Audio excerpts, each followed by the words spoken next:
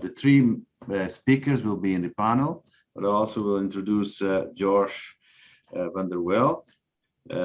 He's from the Black Soil Dairy and Science Center, Iowa, and he is the farmer that is joining this effort to collect data and to test all these technologies in order to develop the evaluations and a system for hoof health at CDCB. So with that, I also would like to introduce my colleague Javier Burchard, who will be moderating this panel.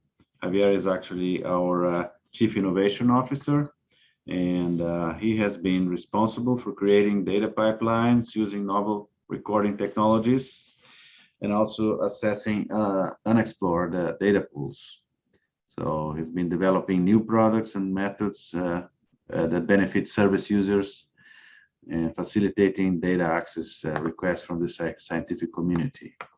So this whole initiative has been under the leadership of Javier. So Javier, please take the floor and conduct this interesting panel.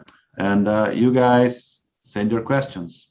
Thank you for attending and continuing attending this very interesting CDCB industry meeting. I would like to introduce again Josh Vander Well, who is coming from the Midwest, and he works in the Black Soil Dairy, and he will get lucky enough to get the first question for this panel, and the first question is just if he could please give a brief introduction of himself, and a little bit also about the geographical location of the Black Soil Dairy and the productive characteristic of the farm. Yeah, thanks, Javier. So I'm Josh Vander Well. I'm herd manager at Black Soil Dairy, and I also manage our genetics and genomics program for our network of herds that we belong to. Black Soil Dairy is located in northwest Iowa, just south of the small town of Granville. We also have partner herds across South Dakota and other parts of the Midwest. Black Soil is a 2,500 head Holstein herd, milked on a 60-stall rotary 3 times a day. Okay, and I just want to ask you another question, and if you could walk us along the circumstances that made Black Soil Dairy Management to decide to participate in the project to develop a hoof health lameness data pipeline with CDCB and the University of Minnesota. So we've been milking at Black Soil since early 2013, and we've come a long ways since the beginning. But the one thing that we've had a hard time really managing from a herd standpoint is probably lameness. We've found really good methods and ways to manage other things in terms of cow health, like from the fresh cow standpoint or from the mastitis standpoint of the hospital cow, right? We've got these protocols that are set up to easily manage those events and be pretty time efficient. But when it comes to lameness, we haven't really done a good job at that. It takes either one guy an entire day to watch all the cows or score all the cows, or it's just the cow pusher watching for the slow ones at the end to alert the herdsman to trim, or the trimmer to come trim. So in our quest to kind of get a little better at that, we were introduced to CattleEye halfway through 2020 through mutual industry connections, and we became very interested in their technology, and that it could enable us to detect lame cows sooner without any added labor, really, or even do it better than the labor that we already have on farm. And in our talks and kind of connections with CattleEye and through our current genetics program, our genomic testing through CDCB, we became connected with Javier and the folks at CDCB and decided to kind of pursue this route with them to try to mesh our two goals there. Thank you, Josh. And we're very happy, and pleased that we can collaborate with you in this very, challenging project. I have a question here from Chuck Sattler, and it reads like this. The integrated framework described by Dr. Cramer, is this software that lives on the farm computer that consolidates and standardizes the whole health data? And that's for you, Gerard. Great question. So there's different components of that framework, right? So as Kristen kind of outlined, there's different ways to record it. And then there's a trimmer software. So what the part of the integrated framework is to kind of set up, okay, how are we recording it in the on-farm management software? So I'll give an example. I'm most familiar with dairy comp, so I'll kind of work through that, right? So if there's a trimmer that uses hoof supervisor and the farm uses dairy comp, what we can do inside dairy comp is use something called lameness manager and set up the appropriate protocols with the right code so that when it gets sent up to CDBC, Kristen knows, okay, this is a lame event and this is a specific lesion that's associated with it. So that's part of the process. The trimmer then has a standardized way of recording it in his software because he clicks on the lesion codes within the software. What the framework would then do, or what's already existing, because the integrations already happened between dairy comp and supervisors, that there's a little program inside dairy comp that says, okay, when the trimmer says it's this particular lesion, it goes to this specific protocol. So that's how it gets standardized. The missing link at this stage is a good way to get the data up to CDBC that happens there. So we can do all the farm management problems that I identified with that integration already existing. The integration that needs to happen, we need to figure out a bit more clear picture, is how to send the data appropriately to CDBC for the genetic evaluations. Thank you very much, Gerard. Our next question here comes from Tony Lopez, and he's asking, are there any initial correlations between Canadian lameness data with productive life or any other health type traits? Kristen, are you aware of any of those correlations, even though we don't know the numbers probably, but? So I saw that question. I was trying to think of a publication to point you to, and I can't think of it at the moment, but certainly we would expect some favorable correlations between improved hoof health and productive life, as well as some of the specific health traits. If we're looking at kind of overall health of the cow, we would expect some of those to be favorably correlated as well. And I do believe that they looked specifically at some of the foot and leg type traits, and those were favorably correlated with better hoof health index, maybe in the range of 20 to 40% or so. Okay, thank you very much, Kristen. We have another question here that it's an interesting question that it says, what would be the minimum number of records to launch an initial lameness trait? FitSafe was released with a relatively small sample size. Could that be replicated with lameness? And I don't know who wants to take this one. I could venture that the Canadians had about 70,000 records for coming from about 50,000 cows in order to work with that. In one cohort study that I recall vaguely reading. But anyways, any other hint, Kristen or Gerard? I can throw some in first. So I think, Javier, with the study you point out, I think that's a good example to kind of set, since the study and project is quite similar. We also need to look at what the heritabilities will be coming from these data. and look at things like the additional data from the CattleEye information and the lameness data that's already in the database and see if we can use those. Maybe we won't need quite so many records if we can build that information on top of each other. Yeah, exactly. I think we, in this project, we will be collecting data, and then we will be looking at the information and realizing where we are and what are the possibility of defining a trait. But there are, of course, a few studies in the literature that suggest, that they were working with thousands of records, but I don't know if that would be our case.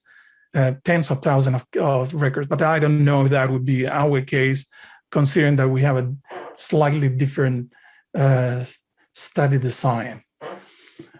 I have a question for Terry. Can you give a hint about the repeatability of your model for detecting lame cows? Yeah, so I guess that means as we move it across through different farms. We started in about April time, introducing more and more farms. And for the most part, the model has held up very well. Our area under the curve is about 82%, and that's pretty much held up. There have been exceptions where perhaps there was rubber on the ground, which we know has impacted the expression of lameness in the cows. And we had a very interesting one where there was a very tight race. So the actual race itself wasn't very wide, and it meant again lameness couldn't be expressed because the way our algorithms work, without giving too many secrets away, is we are monitoring the activity of from overhead, things like sway, velocity, etc., but on a very tight race, there's less opportunity to do that. So from a comparative perspective, across farms, we found issues like that. However, within the farm itself, we can then pick up the lameness of the cows once we know that they're in their tighter race, and we can compare more lame and less lame cows within that particular farm. So we're learning a lot as we bring more and more farms onto the systems, but we have so far been finding that the repeatability has held up very strongly. Thank you, Terry. Our next question is from Arnold Habers. And it says, probably the Scandinavian Central Database is a good example of the integrated framework described by Dr. Cramer. Which of the possibilities Dr. Cramer describes have they been able to achieve? I can start with that. Kristen might have some more stuff to add. As far as my understanding, the thing that they've been able to achieve is the genetic evaluation.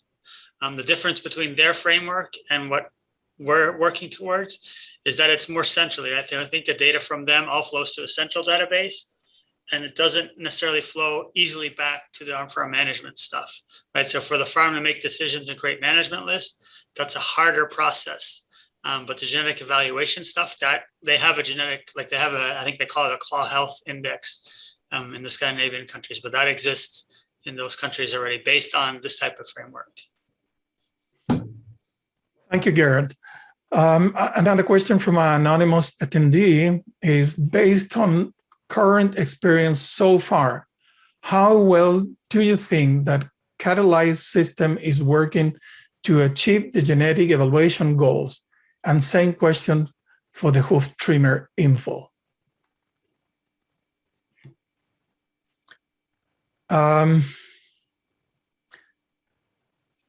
I think maybe Terry, can you take a hint on this?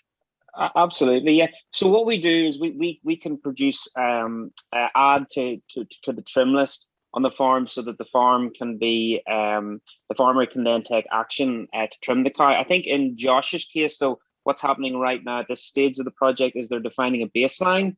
So there is no intervention happening at the minute. Josh, isn't that correct? I know you guys did look at it initially, but I think you were told to set a baseline first of all by Gerard. Yeah, that's correct. Yeah, and I think just to add to that a little bit, right? So if we think about a larger dairy, if we score everybody, there's going to be a history of cows that have lameness already, and intervening on those cows is likely not going to benefit them because of the chronicity of lameness. So there's two aspects of what we're trying to say. Okay, we have intervening on those cows, which likely isn't rewarding, but if we bring a cow that's newly lame, that's going to be rewarding. So we're trying to figure out, okay, can we catch those cows and identify those and set up a system that we can add those cows to the trim list? Because I'm just making up numbers, right? If we score a 2,000 cow dairy and they have 20% lameness, let's say that's the average, that's 400 cows on that list. I can't send that to the trimmer, and Josh would kill me if we did. So we have to fine tune and say, okay, which are the cows that are most likely going to benefit from the system? And that's what we're working on at this stage. So the project is like, we're developing it as we're going along. Okay, thank you, Terry and Gerard. I have another question for Josh this time. It says, could you speak about how this work around hoof health has impacted your management decision outcomes? For example, have you seen your cull rate shift or milk production impacted? Yeah, I'd love to tell you that we're already culling less cows and have 10 pounds more milk, but we're not quite there yet. Yeah, we went live with the system, July and end of July, and it's only been a few months now. So like Terry and Gerard said, we're working on establishing that baseline to know when to intervene or when to start early intervention on these cows. From my perspective, the real power of this comes from nobody even knowing that CattleEye is there, right? So just having the ability for CattleEye to send that score into Dairy Comp, and the trim list runs, hey, if this cow has changed in score by X, or if it's above X and hasn't been seen by the trimmer in Y amount of days, she pops up on the list and is checked out before the herdsman or the cow pusher would even see her be lame. Thank you, Josh. Thank you very much. We have another kind of question and comment from Peter van Goor. And it says like this: are farmers willing to share the information about hoof health problems with the industry, vets, and other people? The industry can decide not to collect the milk because of the amount of hoof health problems.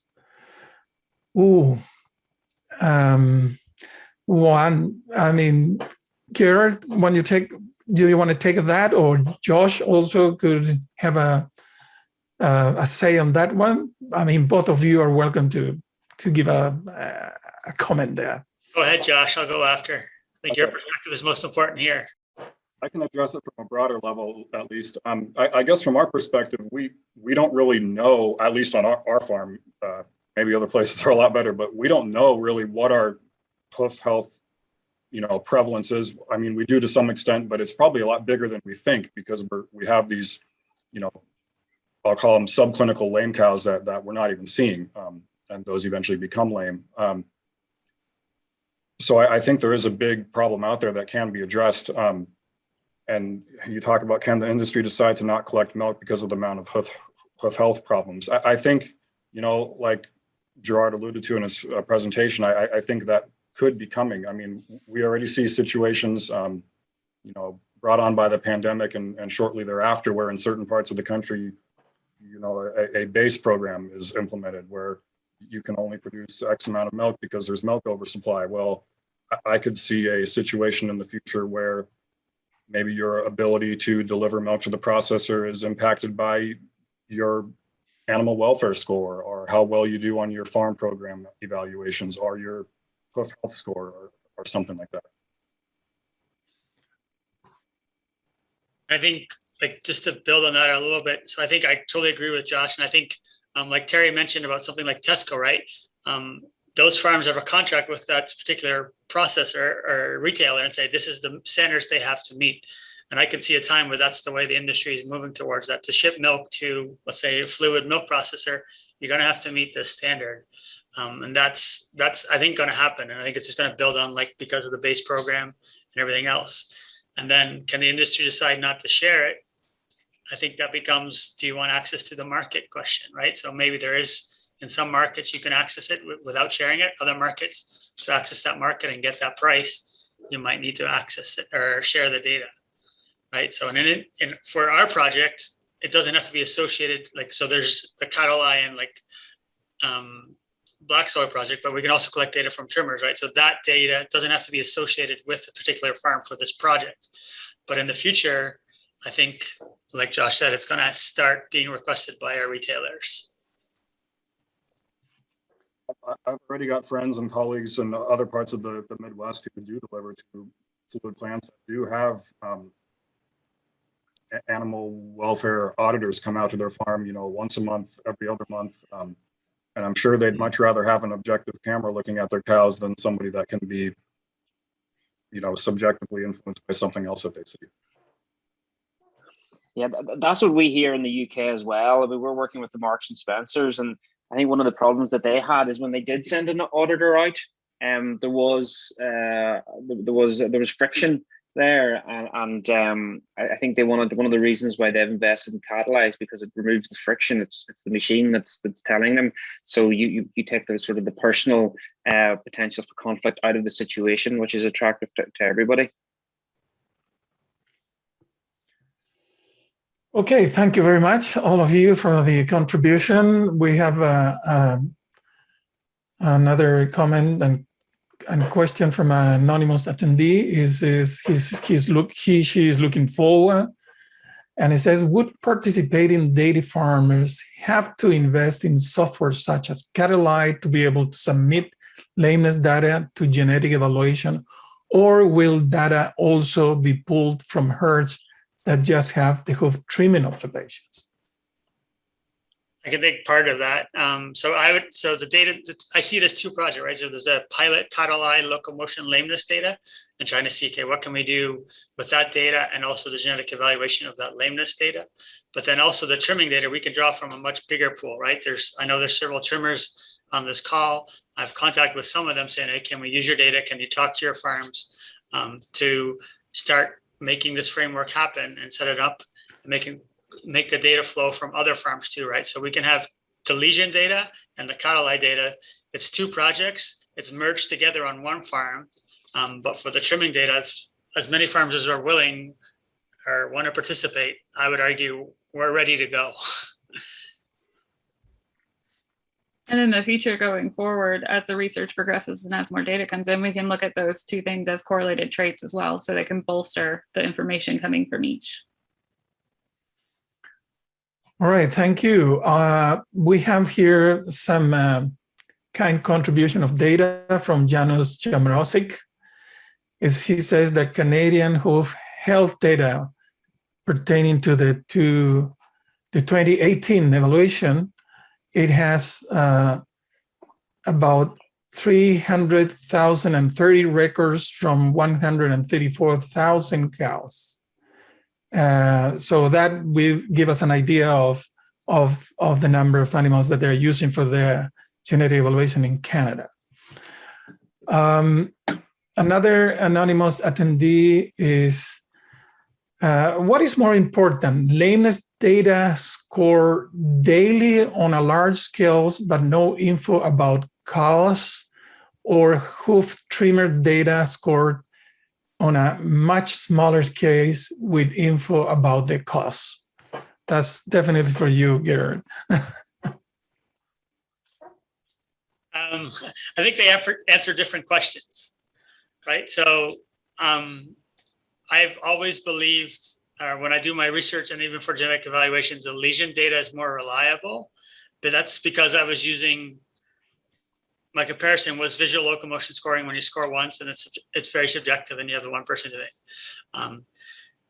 Cows, I would argue cows walk differently, whether they have different lesions. So having the cause associated with it is going to be way more informative than just saying she's lame, right? So if we have the cause associated with it and know that information, we're going to have a much better and more powerful, especially genetic evaluation, which is kind of what Kristen talked about, right? So because they're so noisy, if we can say she was lame and she had digital dermatitis, that's one thing. But there's also cows that have digital dermatitis and might not be qualified as lame or have a different score. So there's probably variations that having the two projects working together can complement each other. Right, thank you. Question for Terry. The scale for CattleEye is 1 to 100. At what stage does a farmer intervene to hoof trim? That's a really good question. When the first stage in our business was just being sure that we were scoring the cows correctly. And that was the validation study in University of Liverpool. And we're now, and what we started doing was then just highlighting every cow that was over 50.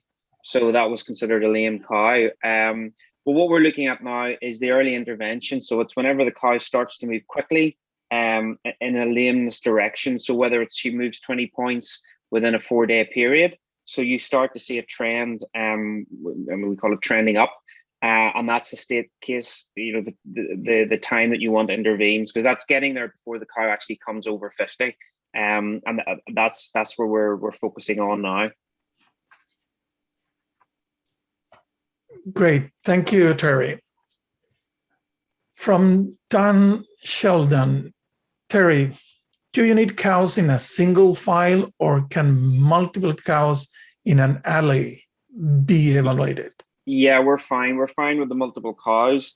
How the system works, like getting sort of into too much detail, we have a learning zone, because we've got to be able to recognize which particular cows we're scoring in that alley where they're coming down in multiple lanes.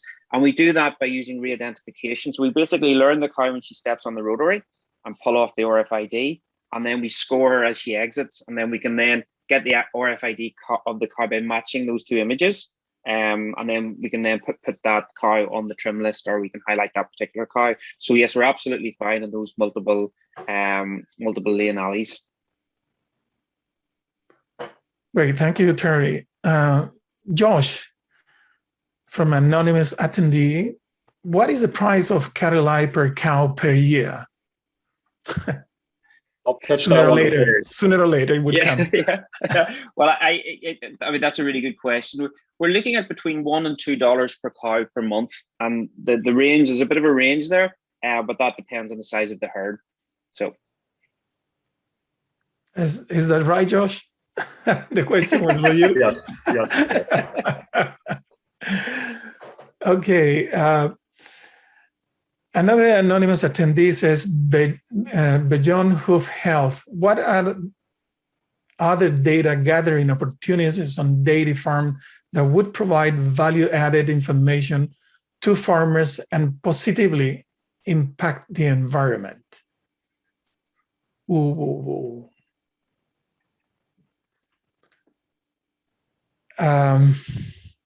wants to take this one? I can think of one that we don't collect currently. I think body condition score would be one, just because of the tie-into nutrition, negative energy balance, all those things. So body condition score would be one that I think we could make an argument would add information and also have an impact on sustainability of the cow and the environment and the farm. And I recall reading a couple of papers related also. There is some relationship with body score and hoof health. And so that could be also to be part of the equation. Yeah, I should add, and I see another question just on the Q&A panel. We are introducing body condition score probably within the next 3 to 4 months. We have the algorithm producing some fantastic results internally, and we would expect to be able to do body condition score from the same cameras within the next 3 to 4 months. Okay, thank you. From Susan Atkinson, Terry, can CattleEye identify other health traits or heats, etc.? Yeah, so the one, well, body condition score, as I just mentioned, we're looking at other traits, potentially heat detection, but right now it's lameness and body condition score, the first two, and we're working out our product roadmap. It's sort of an ongoing conversation, but we certainly want to build up with the insights that we can create from those cameras. Okay, great. Thank you, Terry. I think this one is for you, Terry, too. It's from Robert Footdrain.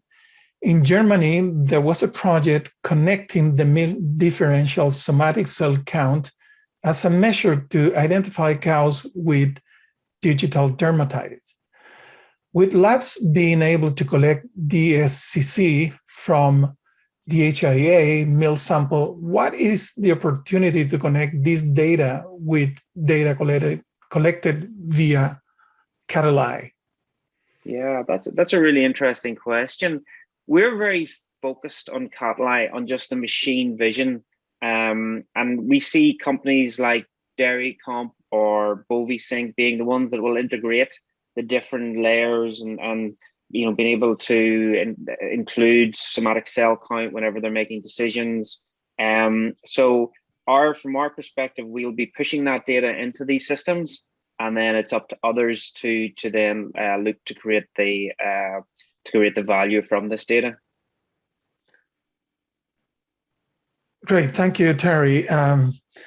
From Susan Atkinson, Josh, since you started using CattleEye, what improvement have you seen? And I'd love to tell you we're seeing more milk or a lower cull rate, but I think just from a broad perspective, just a renewed excitement and interest in improving our lameness situation and improving her hoof health. I mean, you don't know you have a problem if you can't see it, and hopefully now that we can see it a little better, we are improving it. And just from a farm staff perspective, they're really excited to be able to do a better job at this using new technologies like this. Yeah, I think it will be very important from our perspective to be able to document the improvements that we expect to see. As I should say, it is very much the start of the project. We just went live the end of July. We're now in the process of creating the baseline, and then we're going to get the intervention protocols from Gerard over the next while. And I know there's a lot of structure and thought going into that, but we'll certainly be documenting that, and we'll certainly be publishing. I mentioned the farm in Wales where we saw the 25 to 12% drop. That's the type of thing that we want to replicate. Not that, that's the sort of thing that we'd want to replicate. Not such a big, because obviously Josh is nowhere near the 25, but we will document this type of reduction in the illness levels. Yeah, and just to add to that, right? So part of the documentation, what we're trying to look at is can we compare duration of lameness, for example, right? So that's one of the things we're looking at. And then what are productivity impacts of that earlier detection? So that's kind of what Terry's been mentioning, how we're trying to get the baseline, can we identify these cows? And then when we intervene, what are the differences or what's the impact of using that technology? That's a related side project to the genetic part that's happening at the same time. So Great, thank you. Next year, we'll have those answers. Thank you. Now, Kristen, there is a question for you from an anonymous attendee. And it says, do you have any idea how much genetics can contribute to reduce lameness problem? So if we look at the specific hoof lesions, so we typically get a heritability in the range of, say, 5 to 15% with those. So they fall in the range of your usual health traits and functional traits where they're lowly heritable, and the management and the environment is having a large role too. So when we talk about improvement of hoof health, we also have to consider, management things and environmental controlling and improving the environment of cows to make sure that they're in the best environment to show that genetic potential. Great, thank you, Kristen. Josh, from Sophie Eaglin, do you own the data that is collected by CattleEye, and do you decide with who it is shared? Unless somebody else here tells me otherwise, or my attorney tells me otherwise, yes, I do own the data that CattleEye collects. And yes, we get to decide with who it's shared. Obviously, the guys at CattleEye see it. We share it with the CDCB now currently, and with Gerard, and he comes and helps us, connect that with our trimless and our dairy comp data to implement, early interventions, and then we share it also with our other herd consultants, our nutritionist, our veterinarian, and so on. Great, thank you, Jason. From Even van Riemsdyk for Terry. If cows are identified by their position in the milk parlor in combination with the order in leaving through the exit lane, how can you identify cows leaving from a rapid exit parlor? Yeah, that's a really good question. So first of all, that's not how we identify the cows. We identify the cows by their image, and we run them past the first camera, and we associate that with an RFID, and then we pick them up later on down whenever they step off the rotary. So it's nothing to do with position. It's so long as we've got an image of the cow as she is RFID'd, we can then find them later on. But you're right about the question around the rapid exit parlor, because of course you don't have that step on. And right now, what we have to have is a single lane exit in that case. So we can do the multi-lane exits when we've got a rotary and a learning position, but for those sort of rapid exits, we need a single file exit lane. So usually there's two, and we put a panel reader just below the camera. Great, thank you, Terry. There is another question here from Robert Fruitgrain. Do you see CattleEye as a complement to a system offered through, for example, Alflex, CSR, NIDAP, or Soeti SmartBow, who measure rumination and activity? Yeah, absolutely. I think the more information we can derive about the animal, the more value we can all create. So we'll be working with some of those folk that are named there and how we might integrate with them. So yes, I would see it as being complementary. Okay, thank you very much. Here is another question for Terry. As a countryman of Terry's and with knowledge of his previous business, I'm interested to know how he got involved in lameness in dairy cattle.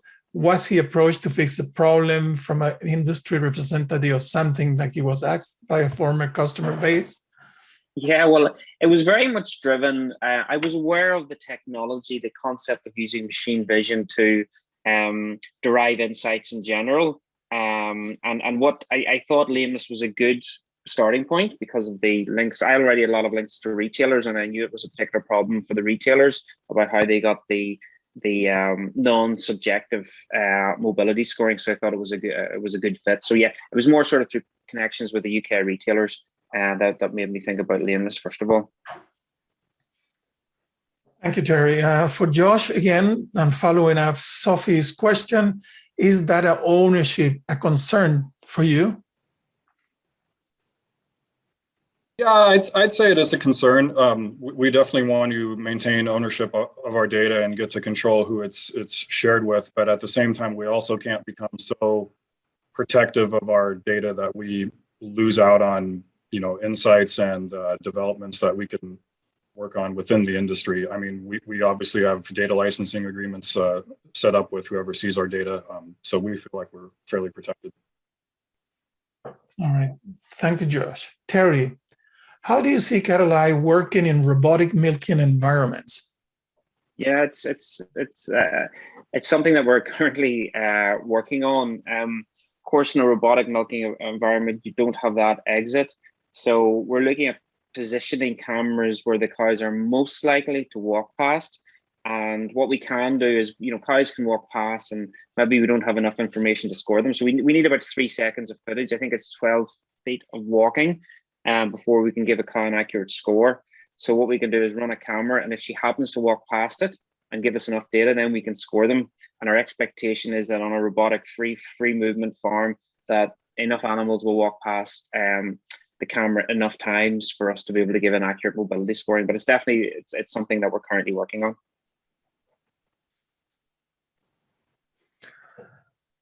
Thank you, Terry, again. And we have a question for Gerard. What would you recommend dairy herd managers and hoof trimmers if they are interested in participating in this project or interested in getting more information about it? Perfect. I love that question. They can email me. I can put an email address in the chat. It's not my personal email because then we're going to get overwhelmed. We have a separate email account set up for people that are interested and want to participate in the data collection. So I'll put that in the chat because I can say it's umnhoofhealth.edu or at umn.edu, but I'll put it in the chat and people can go from there. Okay, Terry, another question for you. Do you have in the future a process to develop an iPhone application or a smartphone application, I should say? Yeah, well, what we are seeing is for most of the dairymen we speak to, they don't want another system, and they want it integrated with their. So that is sort of more our focus is integrating with Dairy Comp and Bovisync. We do have some pretty cool features on our system where you can actually watch the cow walk past, and it's quite. Some people really like it, but I think Josh, you were saying it was maybe a bit of a distraction. You don't want your guys sitting watching videos all the time. You just want them to take action on it. So I think generally we don't intend to invest heavily in our own apps. Be more focused on integration.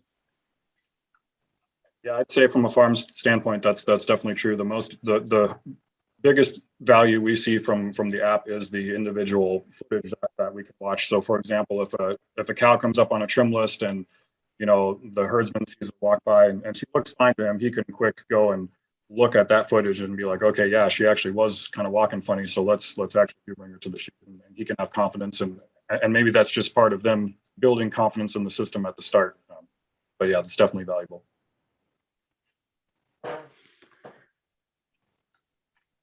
Very good. I just want to make a quick comment, that we have received several questions related to the impact of CattleEye and, the hoof trimmer on the effect of lameness on dairy cows. And what we wanted to say is that we're just at the beginning of this project, and Josh answered a lot of questions regarding that, about the benefits. We're just beginning, and we still have quite an amount of time ahead of us in order to analyze the information that we will be collecting. So that is definitely is one of the challenges that we have ahead of time. And once we get this information, we definitely will be sharing information with dairy farmers regarding what would be the best trait to analyze in terms of going into genetic evaluation and producing management tools for dairy farmers. I just want to thank you very, very much, all of you, for the participation in this panel and the great answers that you provide to us. It's been tremendously helpful for our industry meeting today.